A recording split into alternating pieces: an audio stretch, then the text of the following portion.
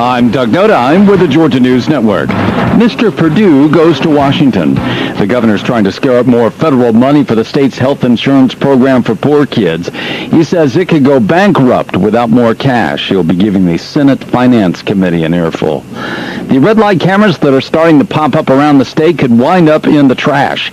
Several Georgia lawmakers are trying to put a state ban on those puppies, saying they cause more wrecks than they avoid. Susan Gray lives near one in Duluth, and she says that's just not so. I can't say for sure that I agree with having people watch me every moment, but I'm sure that there are people watching everything we do every moment, the ones we don't know. She says if you can live with YouTube, you ought to be able to put up with red light cameras. Speaker of the House Glenn Richardson and some House colleagues will sit down to take on Georgia's wheelchair basketball champions today. It's to promote sports for the disabled. You know that Chuck Leavell has knocked out some choice keyboard work for the Allman Brothers, Rolling Stones, and Sea Level. You may not know that he is also a Middle Georgia tree farmer. Today he's thinking about trees, a lot of trees, 1 billion trees. And we are working with the fine folks from Nutrients for Life Foundation today, hooking up with the United Nations campaign called Plants for the Planet. The goal is to plant 1 billion trees, or 2 with a billion, across our planet this year, 2007. 1 acre of forest absorbs 6 tons of carbon dioxide and puts out 4 tons of oxygen, so go plant a tree. Georgia Tech is now offering a program for students from low-income families. Earn a degree for free if the family's annual income is below $30,000. The money is from private donations. With the Georgia News Network, I'm Doug Noda. The point of commercials is, of course, to get you to do something. For example, we'd like you to go to geico.com and get a free rate quote. But if you're still not reaching for your mouse, at least do this for me. Call a friend who has Geico and ask some questions. Can Geico really save me that much money? Is their claim service as good as, well, they claim? Are they really available 24/7? Once you get your answers, we'll be right here. Go to geico.com or call 1-800-947-AUTO. 15 minutes could save you 15%. Lots of banks have free checking, but Wachovia's free checking has something that no one else can offer. The bank rated #1 in customer satisfaction 5 years in a row.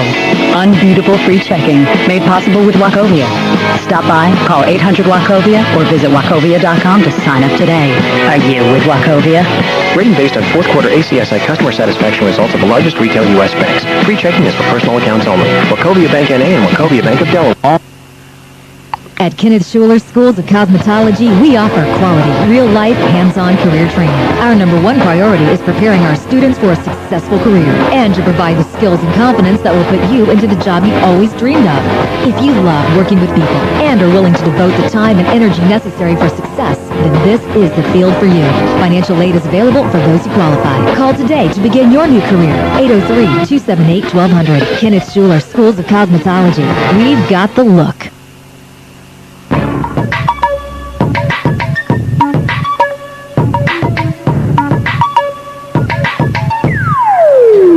Welcome back to People and Issues with Helen on the all-new News Radio 1230. I'm Helen Blocker Adams. Don't forget to visit our website at peopleandissues.com. And if you're listening and you really want to tap in to some of this dialogue, you can go on my website, peopleandissues.com, and then click on the WNRR link, web link, and then go to Contact Us page and send us a text and we'll get it and we can be able to address your comment.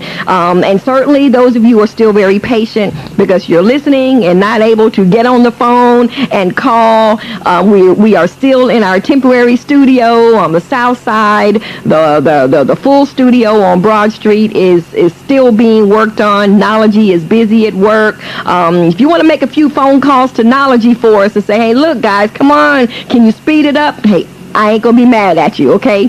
So we are here in the studio, though, live with Grady Abrams, who is a community activist, and we're talking about Black History Month. Today is the first day of Black History Month, and we've had some conversation about an incident at Clemson University last week, and there was something else that I ran across this week also, Grady, and there's a gentleman, I believe he's a state representative Republican out of Colorado.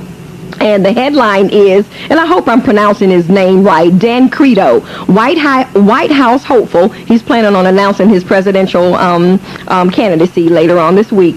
White House hopeful Tom Tancredo said Thursday the existence of the Congressional Black Caucus and other race-based groups of lawmakers amounts to segregation and should be abolished.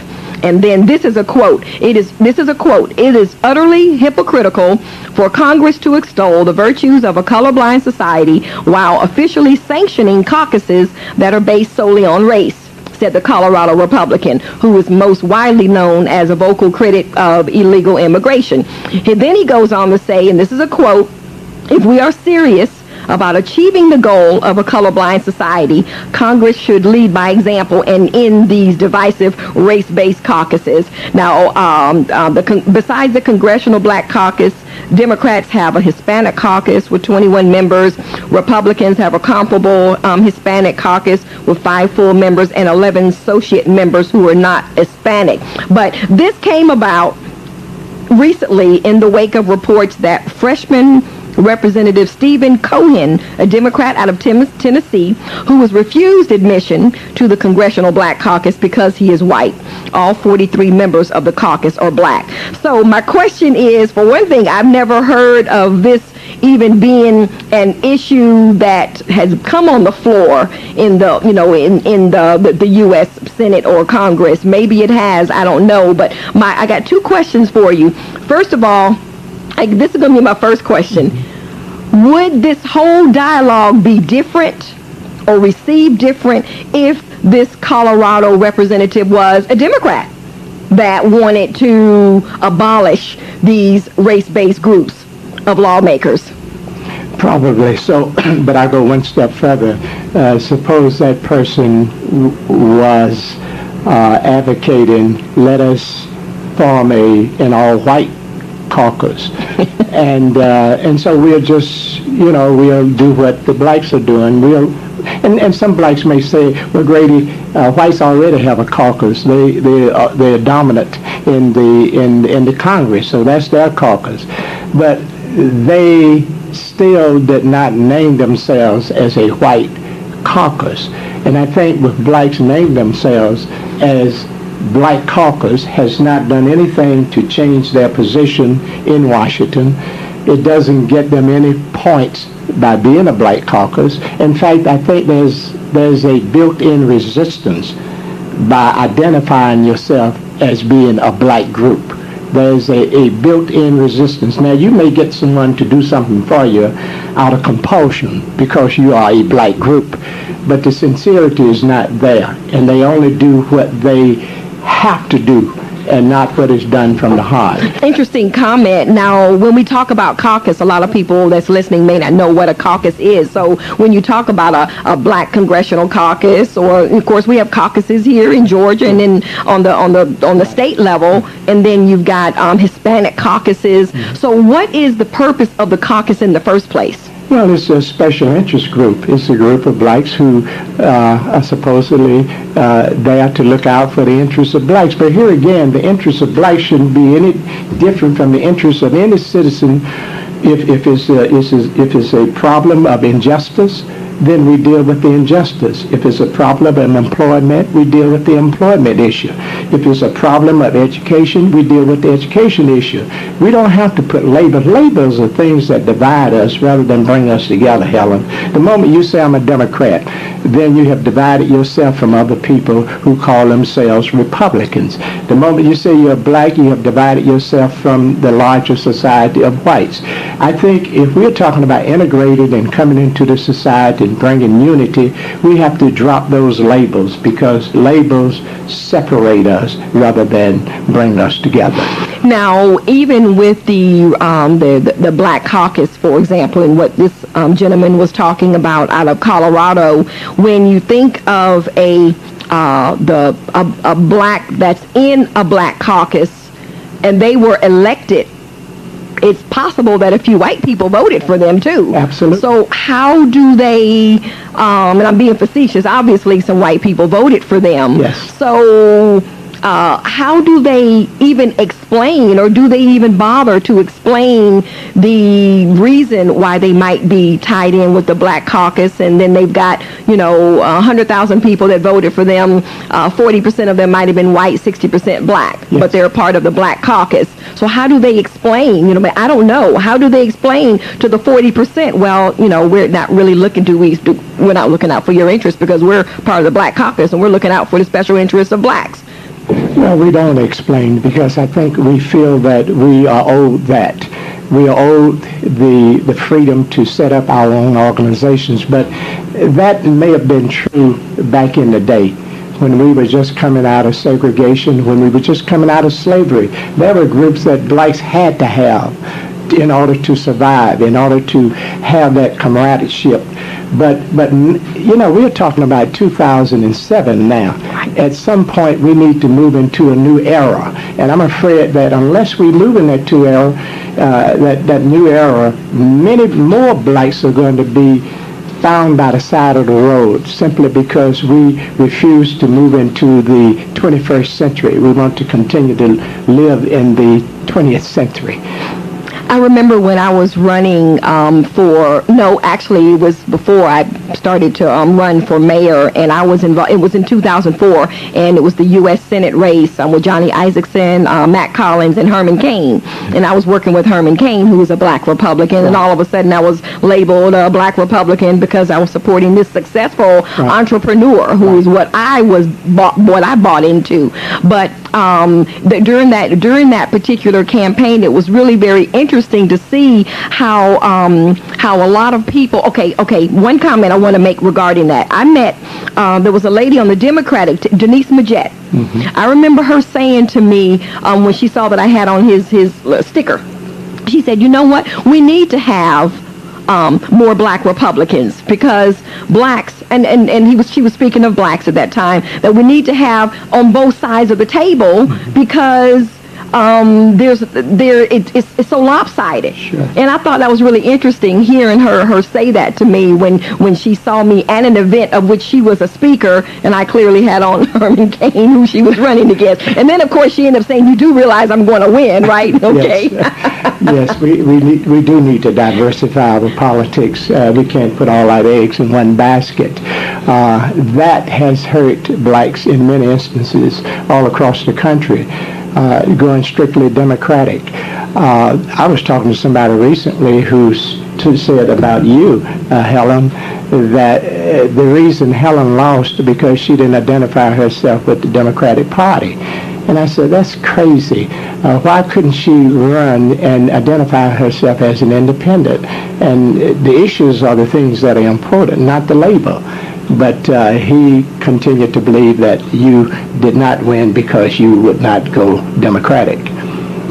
And I've heard that before. I've heard that lots of times, and my stance is the same. It is about the people and the issues. And when you look at, if you think about it, here in Georgia, Democratic control for 140 years. And this is not a slam for a party. It could have been Republican control for 140 years. But my point is the issues are still there. Yes. We're still 20% below the 20% of the population is below the poverty line. We still have high incidence of HIV/AIDS, more and more black women. So we still have we're still crying about the same issues 100 years ago. So something's wrong with that picture. And we don't have many instances where we can show what the Democrats have done a lot of things for us. When we get past Roosevelt and maybe Kennedy, Johnson, basically Democrats have not done much, especially Democrats in the South have not done much for black people. And many of them changed over to the Republican Party because, the hearts haven't changed, the labels changed. And that's why I said we need to get rid of those labels, work with the hearts of men, and try to get those changed, and we can do something for this country. I'm having a conversation here with Grady Abrams, community activist here in Augusta, Georgia. We do have to take a commercial break. Don't go away. You're listening to People and Issues with Helen. I'm Helen Blocker Adams on the all-new News Radio 1230.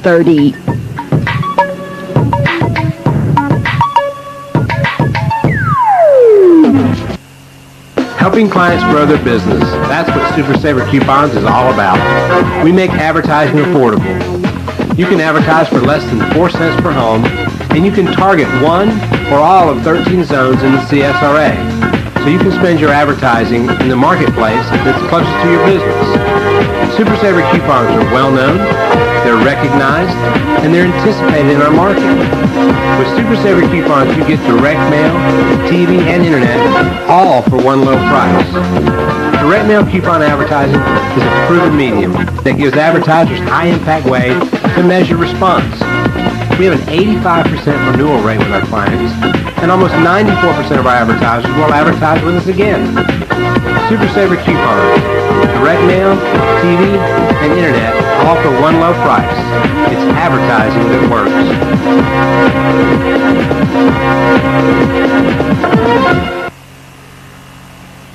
Thank you for calling for your risk-free trial of Proactive Solution. Yeah, what's the catch? Excuse me? Your ad says I can try Proactive Solution risk-free and it'll make my acne disappear. Sounds a little too good to be true to me. Oh, no catch. We're so sure that Proactive Solution will give you beautiful, healthy-looking skin that we're going to let you try it risk-free just to prove it. Okay, but I've tried a lot of different things for acne before and they always make my skin itchy and flaky. Well, that's why Proactive uses soothing spa-quality botanicals along with prescription-grade acne medicine to heal, hydrate, and soothe your skin while eliminating bumps and redness. Now, there's one thing I didn't mention. A catch, right? We're also going to give you a free refining face mask with your risk-free trial. Wow, it's free? To get your risk-free trial of Proactive Solution and free refining face mask, call 1-800-426-0651. For your risk-free trial, call 1-800-426-0651. That's 1-800-426-0651.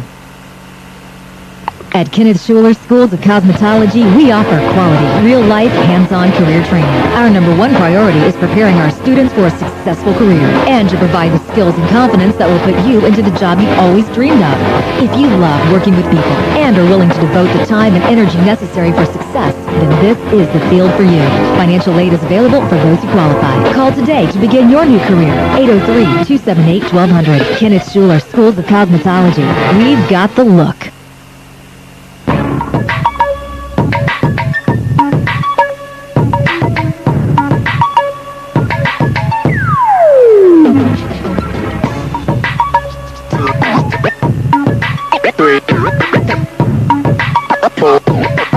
Welcome back to People and Issues with Helen on the all-new News Radio 1230. I'm Helen Blocker Adams. Don't forget to visit our website at peopleandissues.com. Well, today is Thursday, and as I've promised, every Thursday as the schedule allows, we're going to have a legislative update with our Senator Ed Tarver, representing District 22 here in Richmond County, and he has joined us via telephone from Atlanta. Hi, Senator Tarver.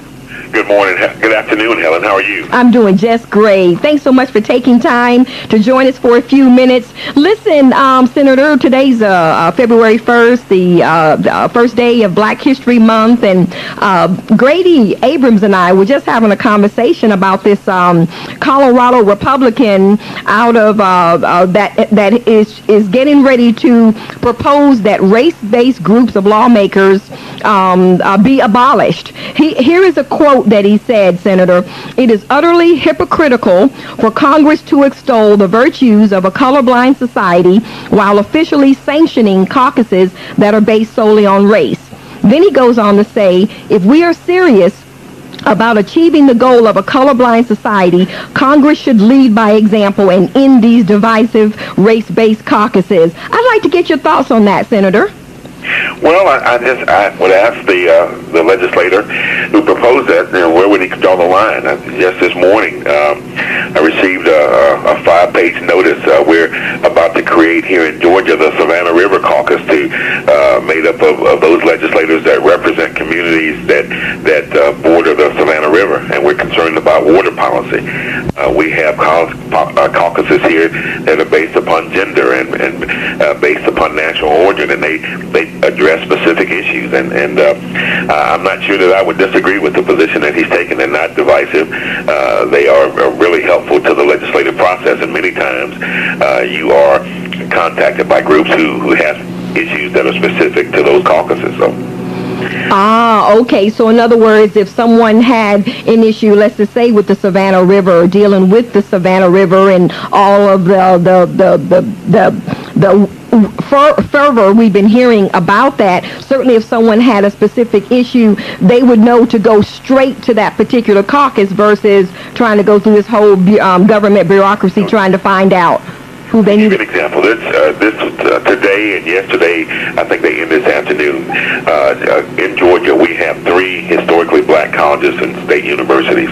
They are here meeting in Atlanta today to discuss issues that affect those 3 historically black universities.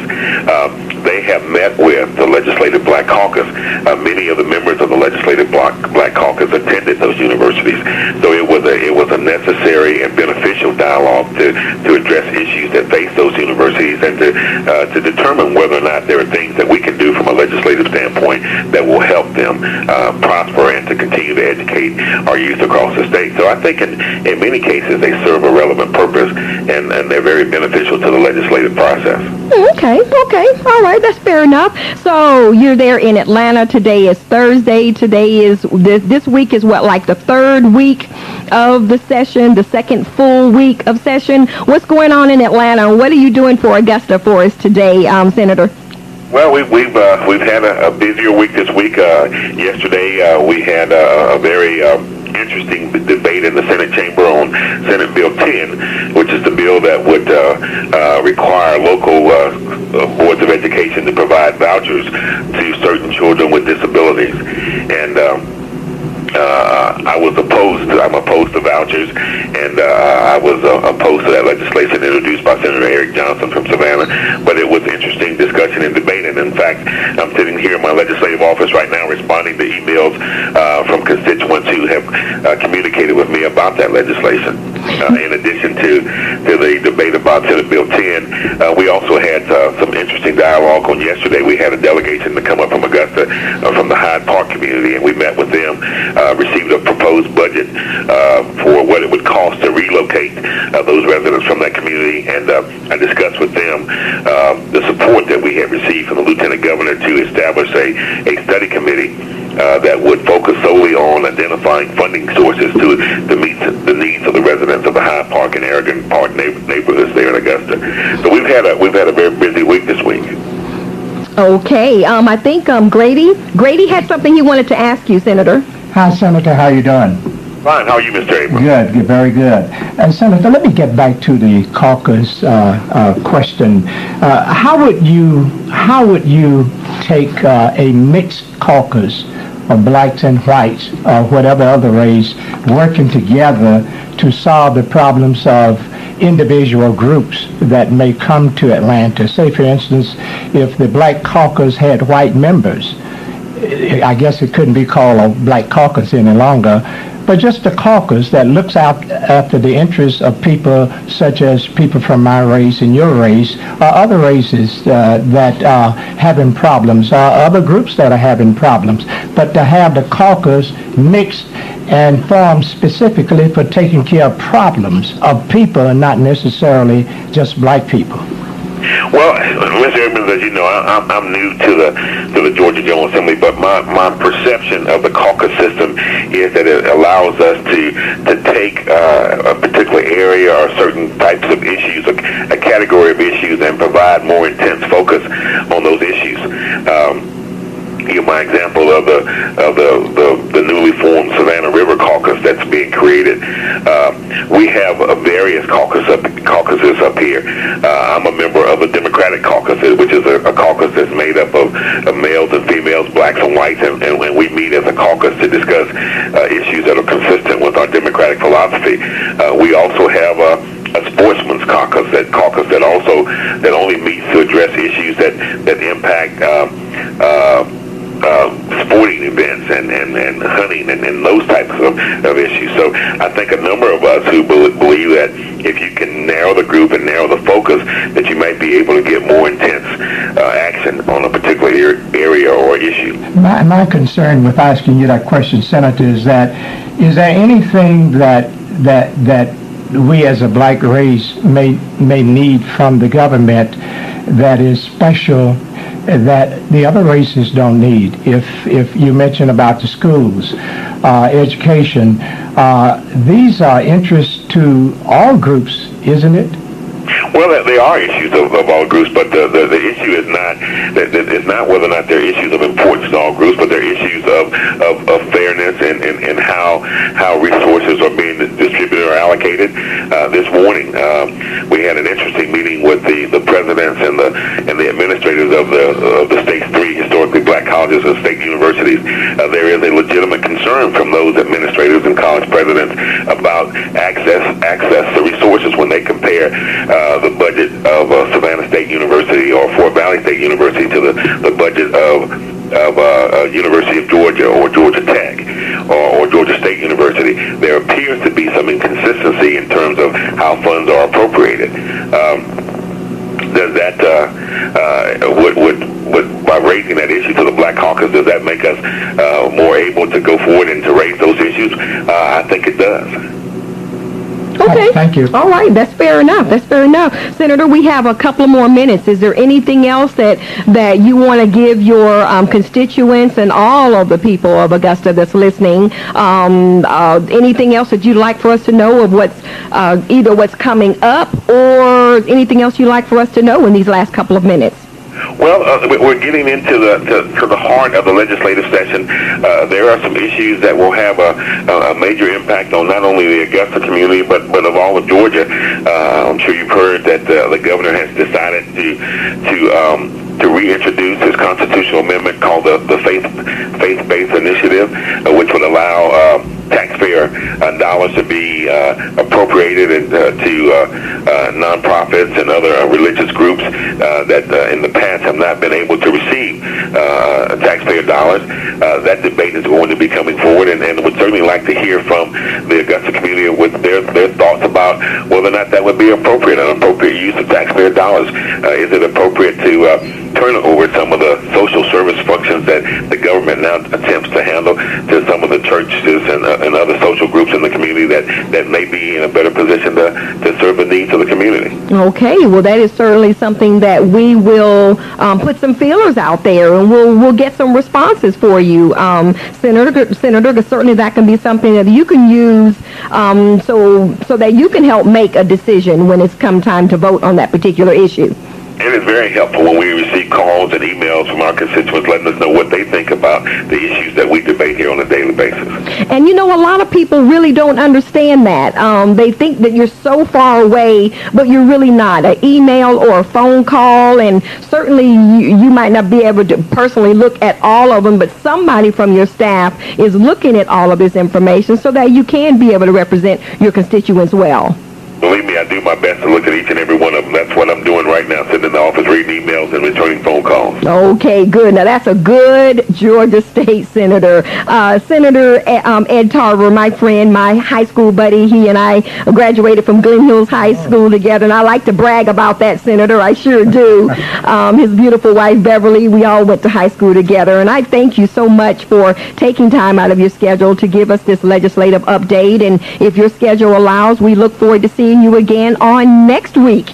All right, I look forward to it. You have a good day. Okay, thank you so much, Senator. And we have to go to the top of the hour and take a international news break. I want to thank Grady Abrams for joining me today. You're welcome.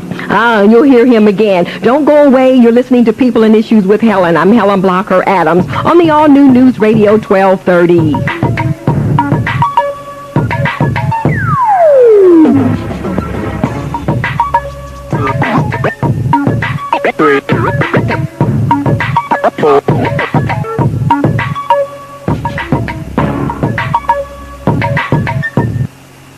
You're listening to the new Voice of Reason in Augusta, AM 1230 WNRR, Real Talk Radio.